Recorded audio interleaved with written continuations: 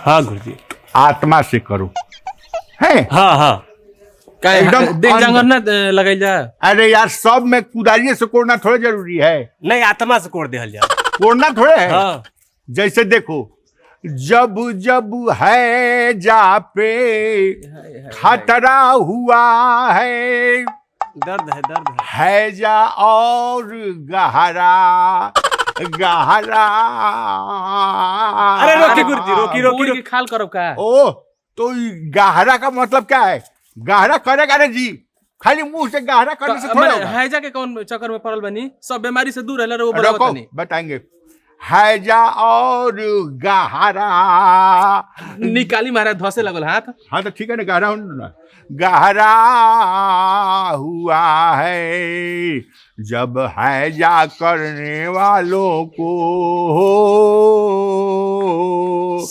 जब हैजा करने वालों को, जब जब दुनिया तड़पाती है तो हैजा बढ़ती जाती है। गुरुजी गाने में गलती क्या होता नहीं रहूंगा। विकराल रूप का हाथ वाले तने गाने में गलती बात है जा थोड़े हो। सुनो बात सुनो। ऐ इधर आ, बताएं।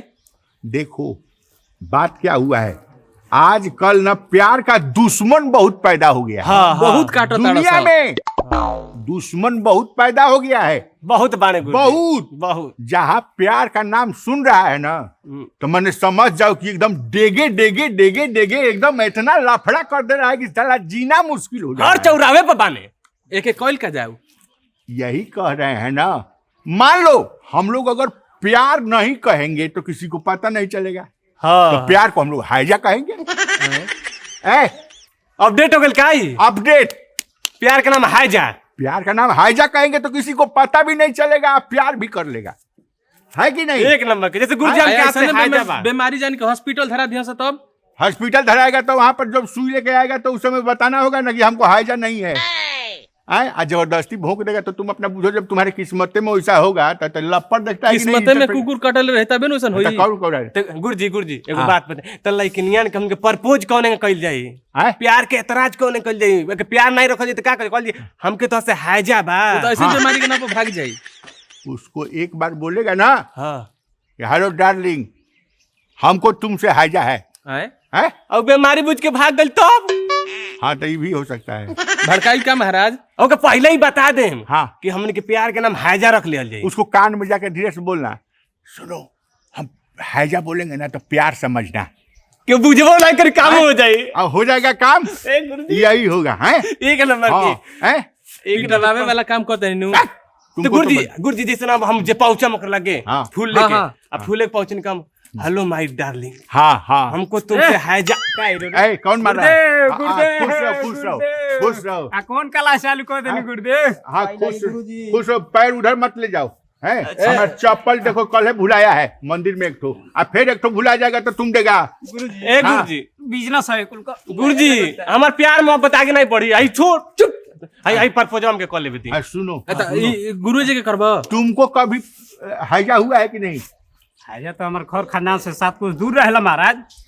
हैजा तो 7 कोस दूर रहेला। तुम लोग तो दुष्ट है, तुम लोग दुष्ट है, पूरा खानदान दुष्ट है तुम लोग को। जब हैजा नहीं, हमारा खानदान दुष्ट बा। अरे बोलले बा बोर बेराम से बच्चल बन त खानदान हमारा दूर। बर बेरामी नहीं ना है, तू पहले बात को तो समझेगा। अबे आई ले बुझत नहीं के नहीं पूछ रहा। देखो ये प्रैक्टिकल हो गया। बुझत नहीं के भूजता। ए गुरुजी काहे के हाला कइले बन महाराज हे में के हो में देखी लगल नाटा। सुनो हम लोग ना प्यार नहीं करना है शब्द। अच्छा प्यार जैसे लड़की से बोलेगा ना, चाहे किसी से प्यार कहेगा ना तो उसका माई बाप तुमको कूट के बर्बाद कर, बड़ा मारी आंख करिया हो जाए, कूट के बर्बाद कर देगा। अगर अपना सुरक्षा चाहता है तो प्यार का भौसे बदल दो, प्यार का नाम बदल दिया। प्यार का नाम अभी आज से हैजा रख दिया। अपडेट हो गया, अपडेट हो हैजा है गुरुदेव हैजा। हाँ हैजा। देखो हैजा कहेंगे ना इसका मतलब समझो कि प्यार है, लेकिन प्यार मुंह से नहीं निकालना है तो मार के तुम्हारा खोपड़ा चेंज कर देगा। मैडम जी जा कब के हैजा हो गइल बा। हाँ हम अपने बुढ़िया से बोलेंगे।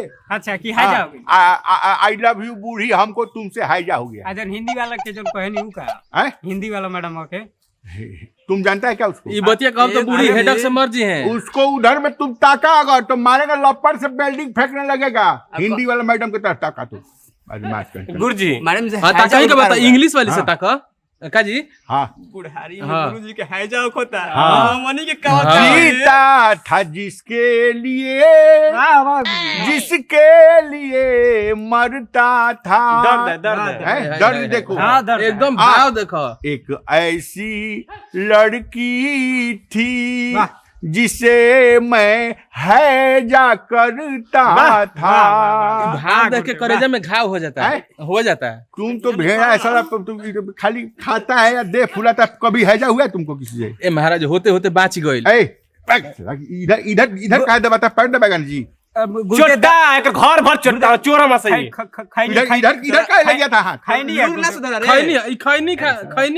गुरुदेव खैनी लो बनाओ ए गुरुजी हमार प्यार के बतिया आगे बढ़ाई ना हाँ। जैसे अब हम लइकनिया लगे गईनी हाँ। फुलवा ले हनी हाँ। हनी ओ माय डार्लिंग हाँ।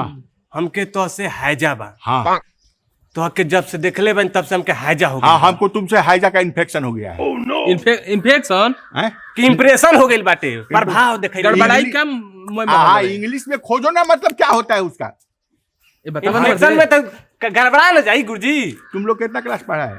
आई तीसरा में 3 हली फेल रहुए चेला है के नु चेला बताए तो नहीं जाना रुपया जाई पढ़ रहे हो कोस तो हमनी के कुछ ज्यादा ही नहीं कम पढ़ा कम से हम पांचवा चारवा हई चारवा पांचवा है तो पांचवा चारवा कोनो काम काज नहीं जो हम बताते हो करो।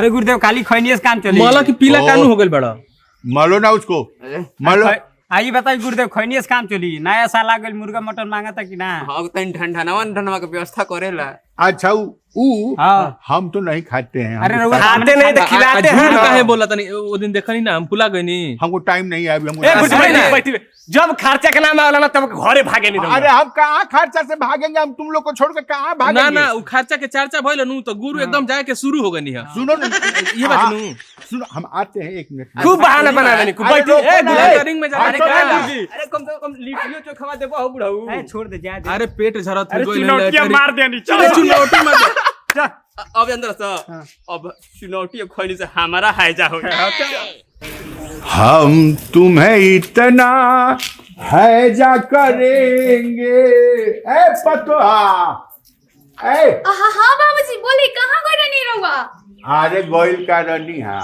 ओ रहुआ तो घूमते रही ना खाना खाए के कोनो टेंशन नहीं के रहुआ के खाना से बड़का बड़का चीज को के आवत नहीं चोरी करी कहाँ गई रहनी बाबूजी अरे भाई अच्छा ही बताओ का कि तू हमारा लड़का से हैजा करे लुकी ना ओ ये बाबूजी का कहतनी जी आई हो दादा ये हैजा के बीमारी ई कौन कौन नाम रखतनी हमरा साथ खानदान में नहीं के बोले ई जो मत हो खा अरे वो हैजा ना नु हैजा तारा हमारा लड़का से तारा हो बीमारी हो खले कि ना हैजा वो बीमारी वाला हैजा थोड़ा कहत नहीं हम कौन हैजा कहतनी हैजा ओए हो दादा रोज हम 4 बजे उठ के मंदिर धोइना यही कुल होखे खाती जी हमरा कहे के मतलब बानू का हैजा मने बुझता का होता बीमारी होला बाबूजी बीमारी नानू का हैजा मने जान तरू का भइल बा का अगर तू कहबू न केहू से कि हमरा तारा से प्यार हो गइल बा हैं हाँ तो लोग भड़क जाता